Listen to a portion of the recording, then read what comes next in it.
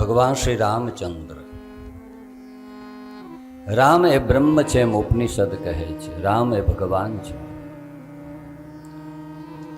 મનુષ્યને ઉપદેશ આપવા માટે, મનુષ્યની મર્યાદા એનો બોધ કરાવવા માટે ભગવાને એ પરિપૂર્ણ હોવા છતાં પણ મનુષ્યના રૂપમાં અવતાર લીધો. મનુષ્યએ કેમ જીવન જીવવું જોઈએ એની રેખા દોરી માટે ભગવાન રામનો અવતાર છે.